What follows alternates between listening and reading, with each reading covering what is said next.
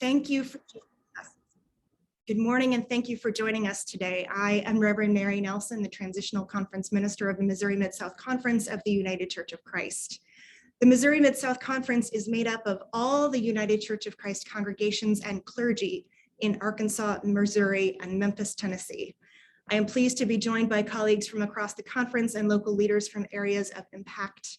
We are here today to announce the result of our second conference-wide medical debt relief campaign, offer some comments on the importance of medical debt relief action and advocacy, and provide you a chance to ask questions about this second campaign in the Missouri Mid-South Conference. I am so proud of the people of the Missouri Mid-South Conference of the United Church of Christ. This is the second time in 3 years that we have held a major campaign to address the issue of medical debt relief. And again, we have exceeded our goal. Our journey began with a campaign in 2019 that focused on eliminating debt in St. Louis, Missouri. And the people of our conference said, wait, we are the United Church of Christ in Arkansas, Memphis, and Missouri. We can do more than this. So we launched a second campaign in early 2020. We put it on pause because of COVID, and then resumed it in the spring of 2021 because COVID wasn't pausing. COVID was creating more medical debt. We set a goal to raise $20,000, but in just under 6 months, we raised over $30,000. And I am thrilled to announce today that we have purchased and forgiven the medical debt of 2,950 households across Arkansas and Tennessee for a total of $911,172.62 in forgiven medical debt.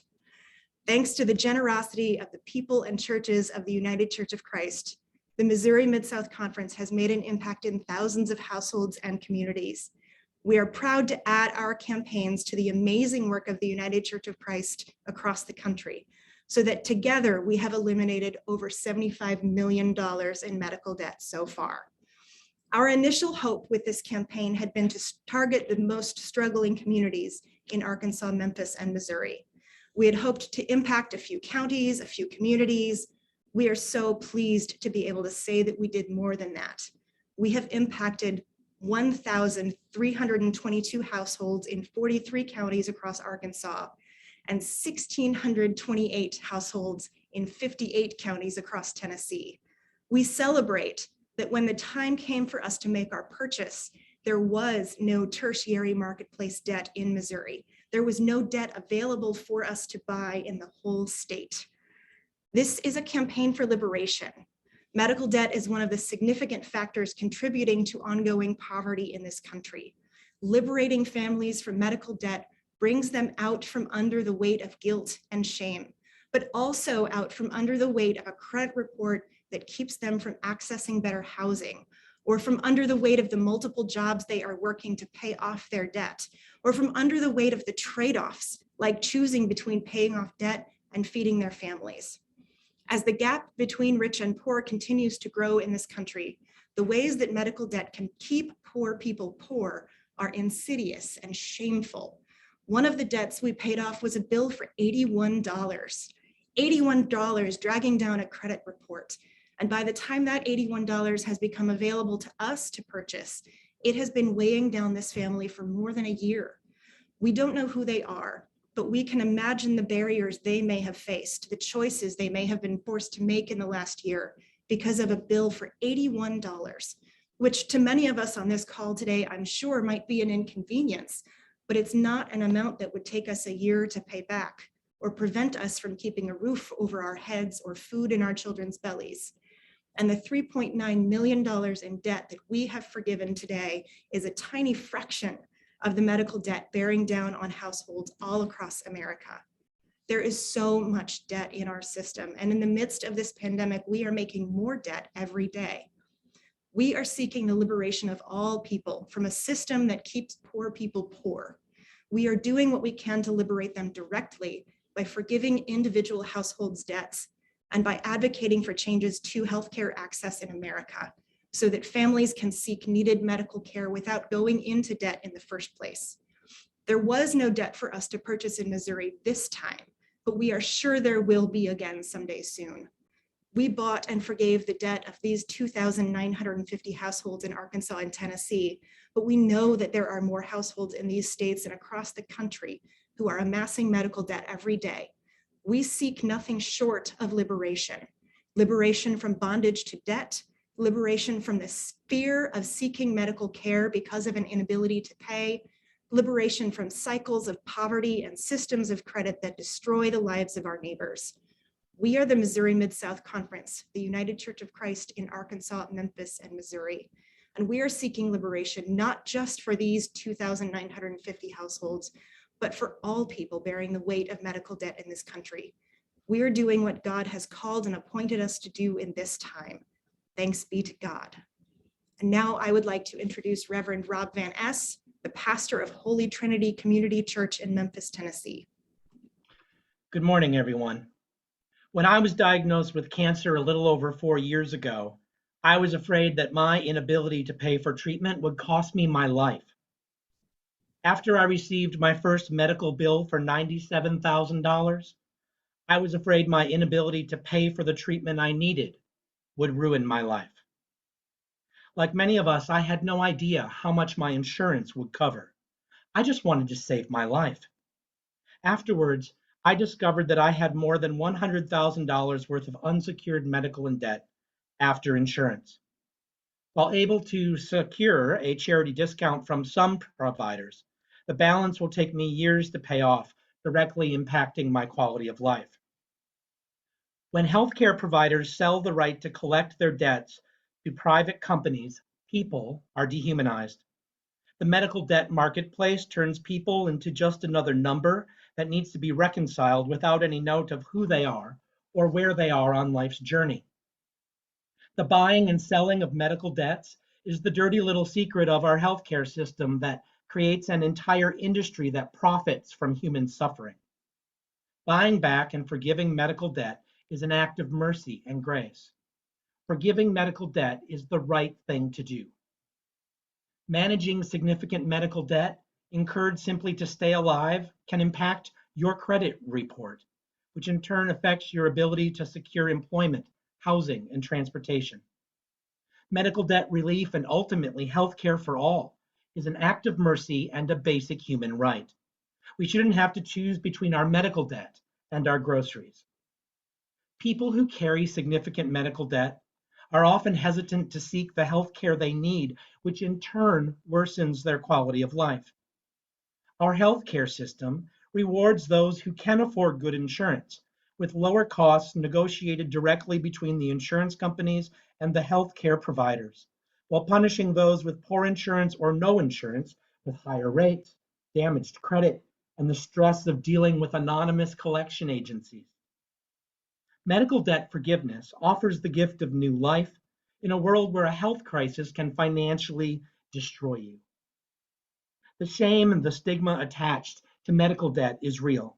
The physical, emotional, and spiritual effects of carrying medical debt you are not able to pay are proven and significant. I want to live in a world where everyone can get the health care they need without the worry of how they are going to pay for it. Thank you. And now I invite Reverend Cheryl Cornish to share some words on behalf of First Congregational Church in Memphis, Tennessee.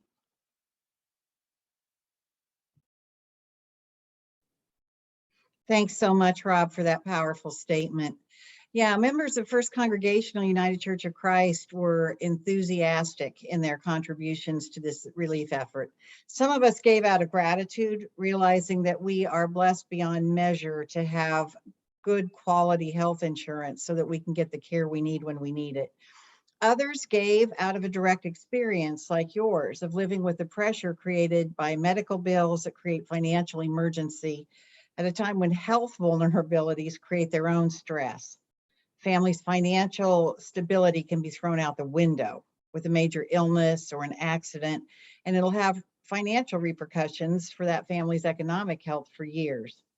A study conducted just this month in the state of Tennessee said that 20% of Tennesseans, that's 1 in 5 families in our state, live under this kind of pressure of medical debt relief. To be able to provide medical debt relief is not only an act of joy, but an act of justice. Members of First Congregational Church in Memphis were happy to be able to join with other UCC congregations across the state to share in the grace that this debt forgiveness has brought to nearly 3,000 families in Tennessee and Arkansas. That's healing 3,000 times over in the name of Jesus, who said, "Your faith will make you well." And now I send this back to Reverend Mary Nelson to introduce our next guest. Thank you, Reverend Cornish. I would like to welcome today a special guest who is with us, Senator Jeff Yarbrough of Nashville. Senator Yarbrough has been outspoken on the need for healthcare reform in Tennessee for years, and we are pleased that he is able to join us today. Senator, thank you for being here this morning. Thank you for having me, and I'm here today to celebrate the work of this faith community and the difference that you're making in the lives of people across Arkansas and Tennessee. This is a perfect example of recognizing that people who are too often overlooked and slip through the cracks are in fact our neighbor, and following the commandment of loving our neighbors as ourselves. And for these 3,000 families across these two states, you're genuinely providing them the chance not just to eke out a living, but to have some chance of building a life. And that's a witness and a testament that we should all, for which we should all express our gratitude and appreciation. To repeat some of the Reverend's remarks, no family should have to choose between going to the doctor and buying and putting food on the table. No family should have to weigh the consequences of being able to stay in their home or to seek needed medical treatment. And the work that you've done to eliminate or to help free people from the consequences of that is amazing, but it's an act of kindness and of charity that should never have occurred in the first place.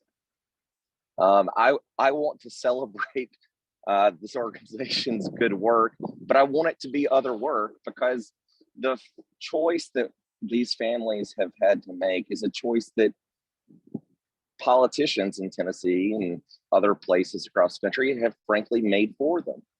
We have made we've made a decision to not make affordable health care available. We turned down tax dollars that are designed to protect families from this very consequence. And so we have made a policy decision, and I say we, I mean all of us, because we are all responsible for the decisions that governments make. And so we collectively have made a decision to put families in this impossible situation, and we don't need to do it anymore.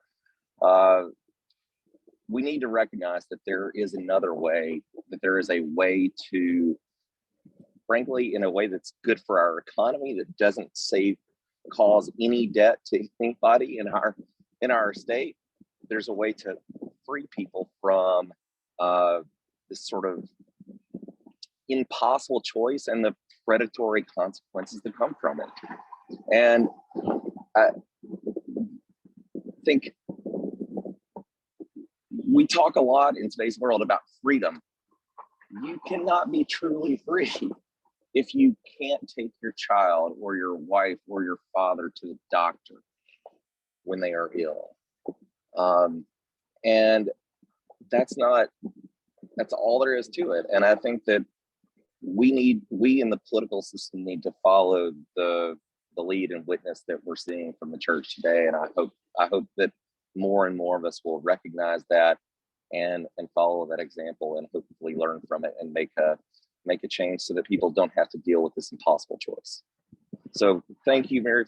Thank you to everyone in all of the congregations who have supported personally this amazing effort. And I'll turn it back over to you, but I just want to say how grateful I am for the work that everyone here and everyone in your home congregations has done. Thank you, Senator Yarbrough. Thank you for your support. Finally, I would like to introduce Reverend Sakina Hamlin, the Minister of Economic Justice for the United Church of Christ, who will speak about the UCC's work in medical debt relief and how this work fits into the larger picture of economic justice in America today. Reverend Hamlin, thank you for being here and for your work in and on behalf of the United Church of Christ to make individual conference campaigns like ours have such an impact together. Thank you so much, Reverend Nelson. And I just want to take out time to thank Reverend Van Ness for his powerful testimony, personal testimony that is always important as we look at the lives of families and individuals. And I also would like to thank Senator Yarbrough for taking out time to be with us today as well. My name is Reverend Sakina Hamlin. I am the Economic Justice Minister for the United Church of Christ.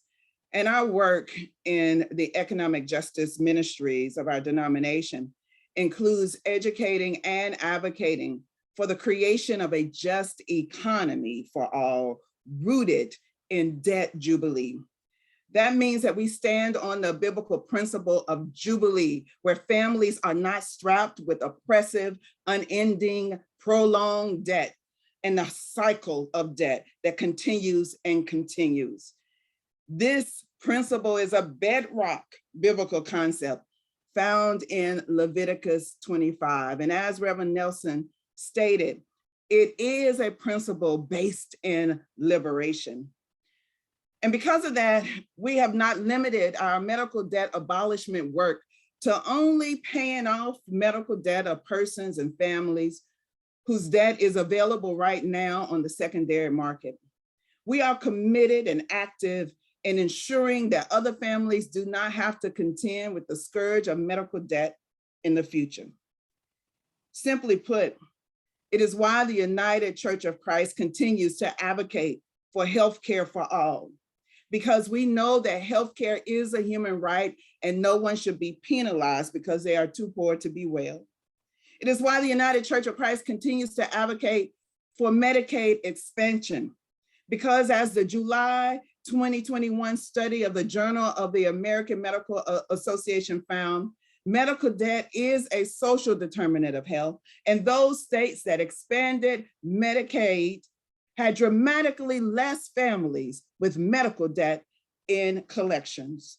It is why the United Church of Christ continues to call for the Consumer Financial Protection Bureau, known as the CFPB, to protect families with medical debt from abusive debt collection practices, because we know truly that the devil is in the details of their finalized debt collection rule, because it allows excessive, harassing calls to families and individuals, even through text and social media without initial consent, and it fails to address and remedy the disproportionate impact of debt collection on communities of color that are already at the bottom of the wealth gap. And this is why the United Church of Christ supports the passage of the Veterans and Consumer Fair Credit Act in the US Congress that would cap payday loans or small dollar lending at 36% APR. Because as the Sycamore Institute of Tennessee, right there in Nashville, found in its 2021 study, people with medical debt are more likely to have payday loans and incur prolonged cycles of debt. We are so thankful to the Missouri Mid-South Conference for joining our denominational efforts to abolish medical debt. And we are even more grateful for this conference and so many churches all around our denomination for their commitment to ensure that the system that causes medical debt is abolished itself. We are committed to a just world and economy for all, rooted in the biblical principle of debt jubilee. Thank you so much. And Reverend Nelson, I will hand it back to you. Thank you, Reverend Hamlin. And again, thank you to all our speakers today. Now we would like to take a moment to open the floor to questions from the press. You may indicate that you have a question either by raising your electronic hand or by using the Q&A function as you wish. Either one is acceptable.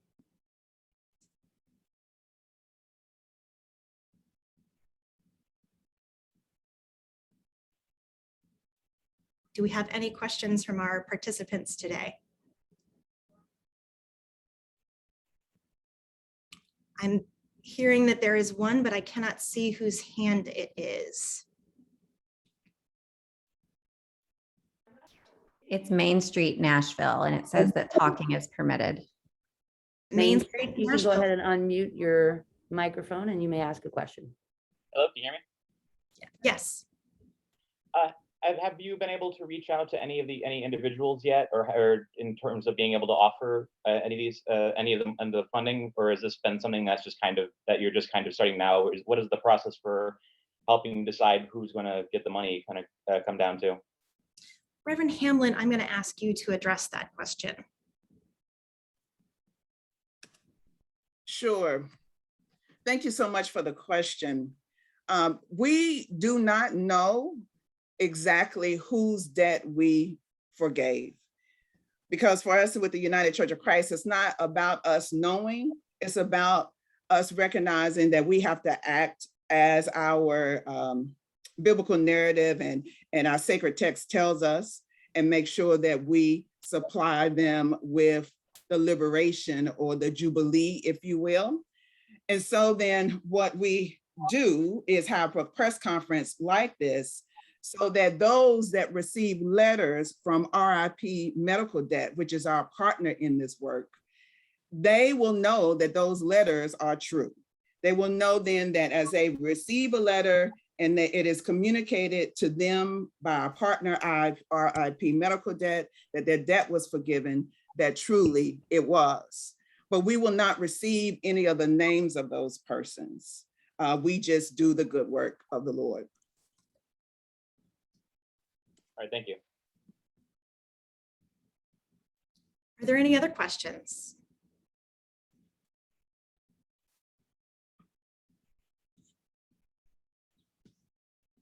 I see the comment from Liam from the Tennessean. Thank you, Liam, for calling in.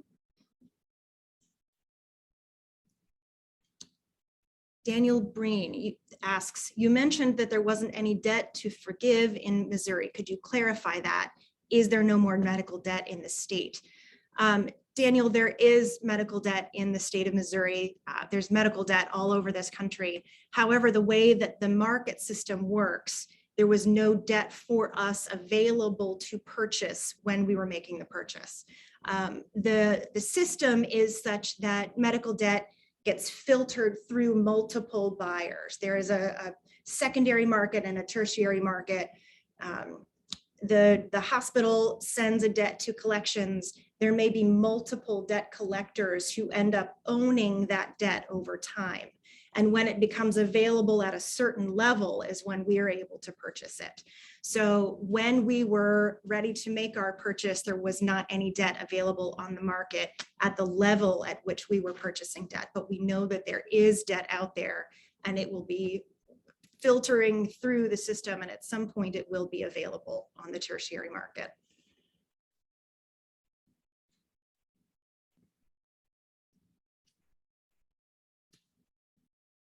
Are there other questions?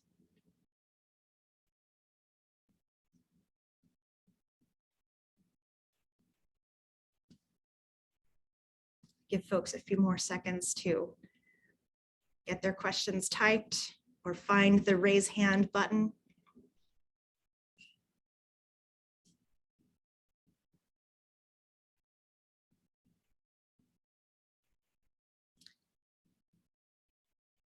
Seeing no further questions, I would like to thank all of you again for being here today. Thank you especially to Reverends Van Ness, Cornish, and Hamblin, and thank you, Senator Yarbrough, for joining us as well. There should be a ton of information and links in your press packets, but please feel free to contact me this week or follow up on this specific project or Reverend Hamlin. My email address is mary@mmsucc.org. Reverend Hamlin is hamlins@ucc.org. Also in your press packet, there were addresses for you to contact at the national setting of the United Church of Christ. If you have any questions about this campaign or the United Church of Christ's larger campaign, please do be in touch. Thank you again and have a good day. Epiphany blessings to you all. Thanks to all.